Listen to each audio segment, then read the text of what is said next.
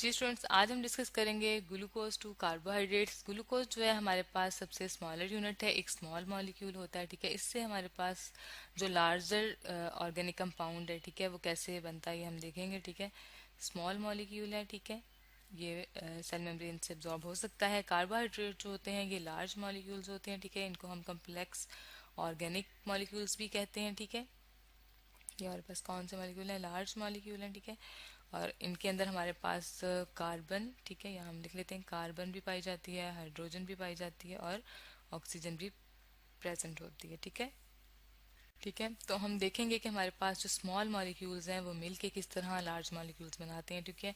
इससे पहले जो हमने डिस्कस किया था कि ऑटोट्रॉफिक प्लांट्स होते हैं वो अपनी फूड खुद बनाते हैं, वो स्मॉल मॉलिक्यूल्स को यूज़ करते हैं, वाटर को, कार्बन डाइऑक्साइड को, ठीक है, तो उससे वो ग्लूकोज बनाते हैं। तो ये वाले जो हमारे पास स्मॉल मॉलिक्यूल्स होंगे ग्लूकोज, ये मिलकर किस तरह बड़े यूनिट्स बनाएंगे इनको हम देखेंगे, ठीक है। ग्लूकोज हमारे पास जो है वो स्मॉल मॉलिक्यूल है, ठीक है, इसको हम मोनोमर कहते हैं, ठीक है। मोनो मीन होता है वन एंड मर मीन होता है यूनिट, ठीक है। हम यहाँ लिख भी लेते हैं, इसका क्या मतलब है, हमारे पास मोनो मीन वन और मीन यूनिट, ठीक है। तो वन यूनिट है ये हमारे पास कार्बोहाइड्रेट का, और इस तरह के बहुत से यूनिट्स जब मिलेंगे तो हमारे पास लॉन्ग चेन पॉलीमर्स बनेंगे, ठीक है। यहाँ लिख भी लेते हैं, हमारे पास क्या बनेगा, लॉन्ग चेन पॉलीमर्स बनेंगे, ठीक है। पॉलीमीन होता है मैनी और मर्ज मीन यूनिट, ठीक है। तो मैनी यूनिट सब अरेंज होते हैं तब हमारे पास कार्बोहाइड्रेट्स बनते हैं, ठीक है। और जिस प्रोसेस से ये हमारे पास अरेंज होते हैं उस प्रोसेस को हम कंडेंसेशन कहते हैं, ठीक है। हम यहाँ लिख लेते हैं, कंडेंसेशन का प्रोसेस वो होता है जब हमारे पास दो कार्बो ग्लूकोज के मॉलिक्यूल्स मिलते हैं, ठीक है, और एक वाटर मॉलिक्यूल जो है वो रिमूव हो जाता है, ठीक है। तो हम यहाँ लिख भी सकते हैं कि हमारे पास क्या होगा इस प्रोसेस में, कंडेंसेशन के प्रोसेस में टू ग्लूकोज मॉलिक्यूल्स जो हैं वो कंबाइन होंगे, ठीक है। ग्लूकोज मॉलिक्यूल्स कंबाइन होंगे, ठीक है। और इसके बाद हमारे पास रिमूवल होगी, ठीक है, वाटर की, इसलिए इस प्रोसेस को कंडेंसेशन कहते हैं। रिमूवल की स्पेलिंग ठीक कर लेते हैं,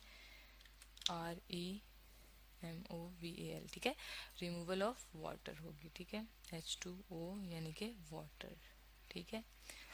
तो इसको हम डिहाइड्रेशन भी कह सकते हैं, ठीक है। डिहाइड्रेशन भी इसे कहा जाता है, यहाँ हम लिख लेते हैं, डिहाइड्रेशन का मतलब होता है रिमूवल ऑफ वाटर, ठीक है। और जो हमारे पास टू स्मॉल जब सब यूनिट्स थे ग्लूकोज के वो मिले हैं तो हमारे पास जो है एक नया जो मॉलिक्यूल बनेगा, ठीक है, वो हमारे पास डाइसेक्राइड होगा, ठीक है। हम एक डायग्राम के थ्रू देख लेते हैं, ये हमारे पास डायग्राम आ गई है, ठीक है। ये हमारे पास जो डायग्राम में आपको ग्लूकोज का मॉलिक्यूल नज़र आ रहा है ये इस फॉर्म में होता है, ठीक है। हेक्सामर होता है, सिक्स इसके कॉर्नर्स होते हैं क्योंकि इसका फार्मूला जो है वो है 6C6H12O6, ठीक है। तो इसलिए इसके सिक्स कॉर्नर्स हैं, ठीक है।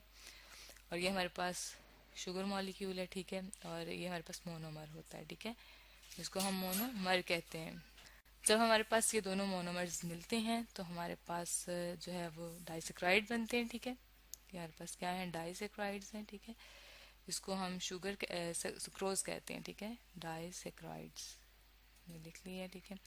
और फिर वो जब हमारे पास पॉलीसेक्राइड्स बनते हैं उसमें हमारे पास बहुत सारे सब यूनिट्स होते हैं, ठीक है, पॉलीसेक्राइड्स, ठीक हो गया।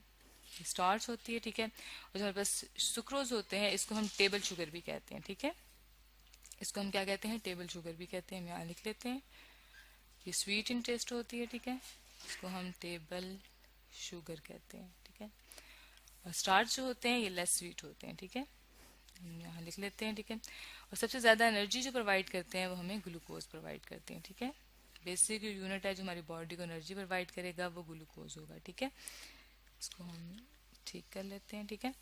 और जो हमारे पास सुक्रोज है उसके अंदर हमने देखा शुगर के कितने मॉलिक्यूल्स हैं, उसके अंदर हमारे पास शुगर के दो मॉलिक्यूल्स हैं, ठीक है। ये हमने लेबल भी कर लिया, इसको हमने कहा कि हम इसे हम डाइसेक्राइड्स भी कहते हैं, ठीक है। और जो स्टार्च है उसको हम क्या कहते हैं, पॉलीसेक्राइड्स कहते हैं, ठीक है। जैसे हमारे पास ग्लूकोज के बहुत सारे यूनिट्स हैं ज्वाइन हुए हैं, ठीक है, पॉली मीन मैनी और सेक्राइड्स मीन शुगर यूनिट्स, ठीक है। और इसके अलावा हम ये देखते हैं कि जो एनिमल्स होते हैं वो ग्लूकोज को जब स्टोर करते हैं तो वो ग्लाइकोजन की फॉर्म में स्टोर करते हैं, ठीक है। हम यहाँ लिख सकते हैं एनिमल्स में किस फॉर्म में हमारे पास जो है ग्लूकोज की एनर्जी स्टोर होती है, ग्लाइकोजन की फॉर्म में स्टोर होती है। ठीक है, जो हम फूड लेते हैं वो डाइजेस्ट हो जाती है, जो एक्स्ट्रा एनर्जी होती है अगर वो शुगर फॉर्म में है तो वो हमारे पास बॉडी में स्टोर होगी ग्लाइकोजन की फॉर्म में। ठीक है, और जो प्लांट्स हैं जो कि फोटोसिंथेसिस के थ्रू फूड बनाते हैं वो स्टोर करते हैं स्टार्च की फॉर्म में। ठीक है, इसको हम यहाँ लिख सकते हैं किस फॉर्म में स्टोर करते हैं, स्टार्च की फॉर्म में। ठीक है, तो यूँ हमने देखा कि किस तरह हमारे पास शुगर के मॉलिक्यूल्स मिलके सुक्रोज बनाएंगे जो कि डाइसेक्राइड्स हैं, और फिर वो मिलके आपस में पॉलीसेक्राइड्स बनाएंगे। ठीक है, तो जो स्मॉल स्मॉल सब यूनिट्स ज्वाइन होके पॉलीमर्स बनाते हैं। ठीक है, जो किसी भी लार्ज ऑर्गेनिक कंपाउंड के स्मॉल यूनिट जरूर होते हैं, जिस तरह कार्बोहाइड्रेट्स के ग्लूकोज हैं, इसी तरह हम बाकी तमाम प्रोटीन्स, लिपिड्स और उनके तमाम यूनिट्स को देखेंगे, नेक्स्ट वीडियोज़ में डिस्कस करेंगे। तो आज हमने देखा कि किस तरह ग्लूकोज टू कार्बोहाइड्रेट्स बनते हैं।